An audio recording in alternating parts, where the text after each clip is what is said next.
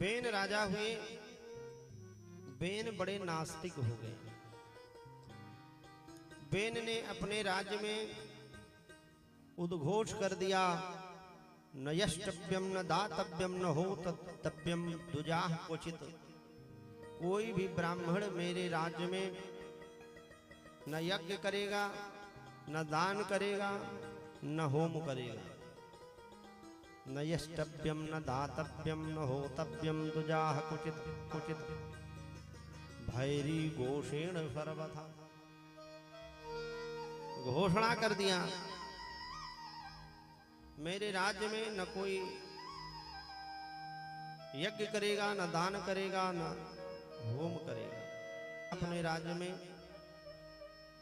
संतों ने जाकर के, महात्माओं ने बेन को समझाया, राजन होम दान दया धर्म यज्ञ ये सब भगवान की प्रसन्नता के लिए किया जाता है।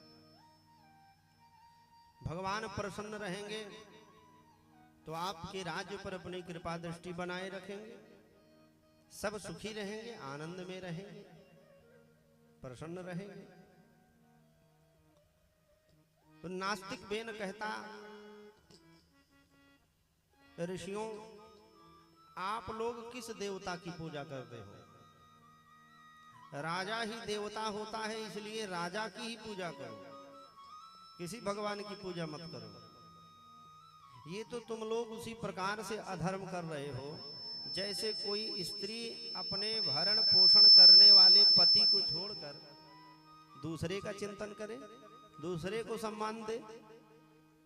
तो जैसे वो अधर्म है, वैसे तुम लोग मुझ राजा में भगवान को न देखकर मेरी पूजा ना कर दूसरे की पूजा कर रहे हो, ये भी घोर अधर्म है। ऋषियों ने कहा, ये इसकी कैसी बुद्धि हो गई है, ना आप सनाप सोच रहा है।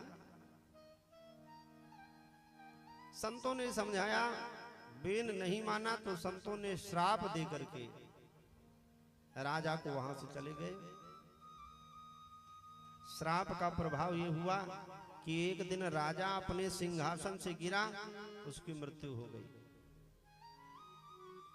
बेन मर गया। इस बेन को कोई पुत्र पुत्री नहीं थी, तो इसकी मां ने संतों से जाकर प्रार्थना किया, महाराज हमारा वंश खत्म हो जाएगा, आप कुछ कीजिए जिससे राजपाट चलने लगे फिर से दोबारा।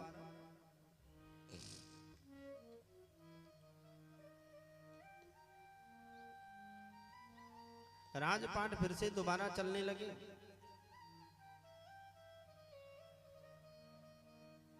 तो ऋषियों ने बेन के शरीर का मंथन किया। बेन के शरीर का मंथन किया तो सबसे पहले बेन के जंघे से एक काला काला बौना पुरुष प्रकट हुआ।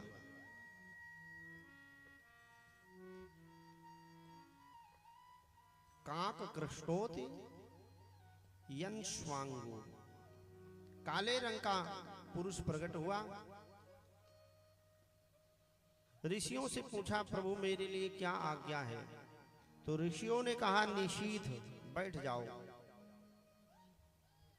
और फिर ऋषियों ने इस काले बौने पुरुष को जंगल का राजा बना दिया और निशीथ से निषाद हो गया। ये निषाद जंगल के राजा। बाकी जो पवित्र शरीर बचा बेन का, उस बाकी पवित्र शरीर को वेद मंत्रों के द्वारा मंथन करना प्रारंभ किया ऋषियों ने। बाहुभ्याम मध्यमानाभ्याम मिथुनम समपद्यत, दोनों भुजाओं का मंथन किया तो दाहिनी भुजा से साक्षात भगवान पृथु महाराज प्रकट हुए, जो नारायण के अंशांश अवतार थे। और बाईं भुजा से इन पृथु महाराज की पत्नी लक्ष्मी जी प्रकट हुई, अर्ची देवी के रूप में।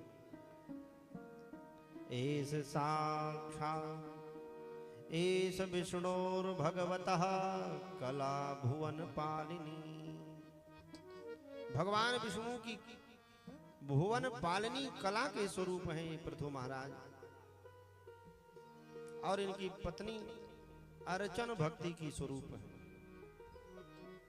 भगवान विष्णु के चिन्ह इन पृथु महाराज के शरीर में अंकित थे, इसलिए ऋषियों ने इनको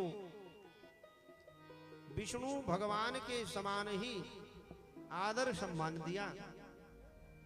तो पृथु महाराज ने कहा, ऋषियों अभी तो मेरा जन्म हुआ है, अभी मेरा कोई भी कार्य समाज में प्रकट नहीं हुआ और आप लोग मेरा बखान करना शुरू कर दिए।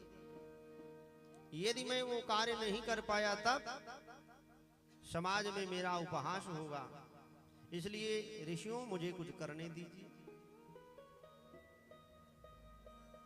संत महापुरुष वहां से चले गए।